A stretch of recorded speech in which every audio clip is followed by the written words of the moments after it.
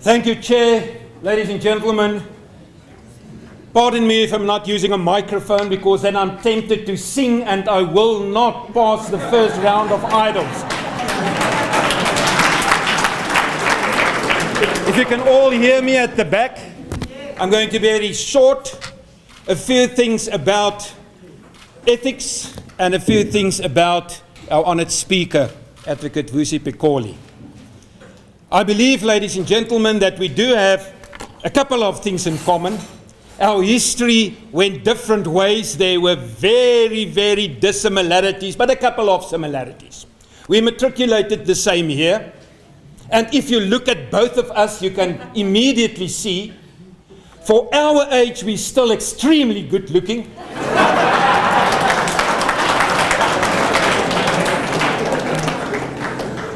Ladies and gentlemen, if my colleague, Prof Chris, is going to write a successful book, he must first be suspended and fired, and then he will be successful. A few things on a more serious note. A very good friend of mine, being a prosecutor for more than 30 years, also launched a book 2 days ago. And the reason why I refer to that, there are 3 things about ethics that I need to mention. And the one thing is that Advocate Jan Henning, who retired a couple of years ago, he's extremely ill at the moment, he launched a book, Stories Behind the Gown, 30 years of being a prosecutor. Brilliant stories. But there are also very good lessons about ethics. Ethics in law. Not only ethics among leaders, but ethics among young people. Ethics in law is about right and wrong. It's about the truth and what is false. It's about the Constitution and the interpretation of the Constitution, and stand your ground if you're right, irrespective of whether it's a minister or a state president. And for that, I would like to applaud Advocate Vusi Pikoli.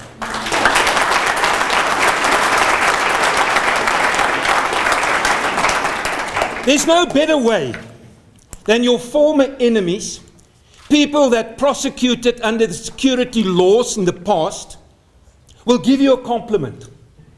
I had the opportunity to spend some time with people and ask them about Vusi Pikoli. The last couple of days and even before that. In 2004-05, when it became news that the new National Director of Public Prosecutions is about to be Advocate Vusi Pikoli, and some of the advocates, state advocates that I spoke with said, we are not sure that he's the right guy for the job. He's an administrator, he's the DG, he's a Director General, he sits there in an office. What does he know about prosecutions? He did his legal studies in other countries. What does he know about South African law? My very good friend, Professor George Barry, always when we played golf said, this golf course is a golf course's golf course. That man was a prosecutor's prosecutor.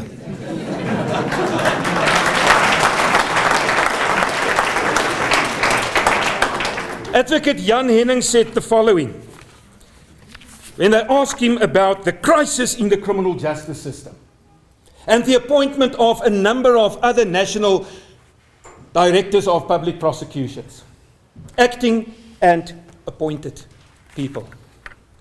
He started by referring to Advocate Vusi Pikoli. He said, the problems in the National Prosecuting Authority started when Advocate Vusi Pikoli was sacked. That's where it started. The dismissal was unfair to him as a person, but, and this is important, but also unfair to the prosecutorial services. Something else that we do have in common, our loyalty towards law enforcement and the prosecutors. Because this is, ladies and gentlemen, the most important thing for the democracy to stand up if your criminal justice system is working.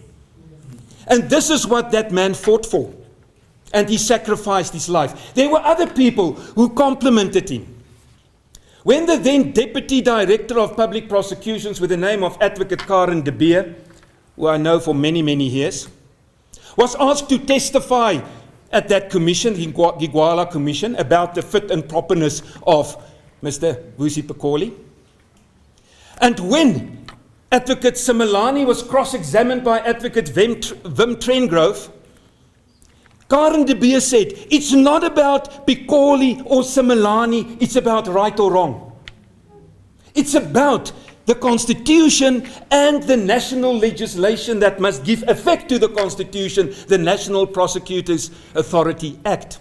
And the sections, and let me just read two of the sections because it's about ethics as well. They said in these two sections, and I'm referring to section 32(1)(a) of the National Prosecutions Authority Act. It requires members of the NPA to serve impartially and to exercise, carry out, or perform their powers, duties, and functions in good faith and without fear, favor, or prejudice. Those are the words, I quoted them. And then the very important word, and subject only to the Constitution and the law. It's not about politics, it's not about people, it's not about individuals, it's about the rule of law, our Constitution that we're very proud of, and how do you apply it. And then the next one, section 32(1)(b), it prohibits anyone, including the minister and the president, from improperly interfering with the NPA. And that is why he did what he did. And then, ladies and gentlemen, I need to end. Ethics is also about work ethics. And this is my message towards our young students. And I would like to use one example, and this is why I brought this book.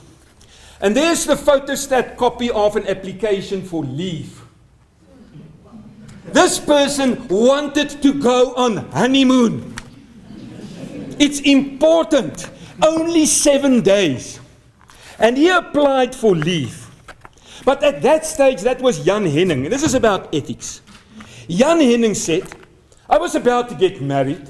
I applied for leave, but we were only 2 prosecutors at 2 magistrate districts. They need to close the court if I'm going on leave for 7 days.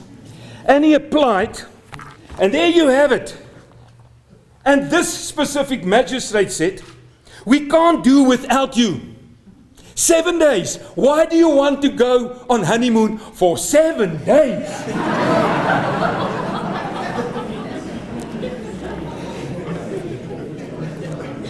And he changed the application. He made the 701. You can go for 1 day after your wedding. And listen to this. It was unpaid leave. This is the proof.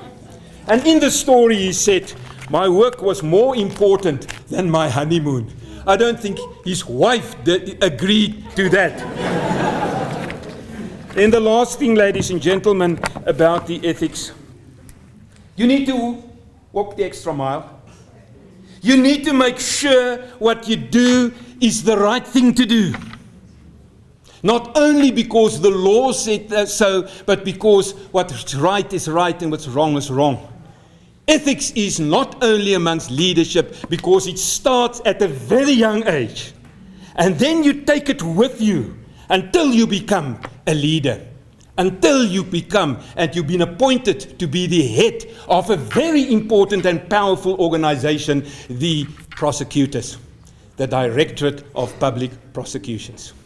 I'm not going to mention any other names, but ladies and gentlemen, at the moment our criminal justice system is in a crisis. Nobody can deny it. And I feel very sore when I talk about this because they are very close to my heart. But something must be done. I hope we can just get another Vusi Pikoli. Thank you.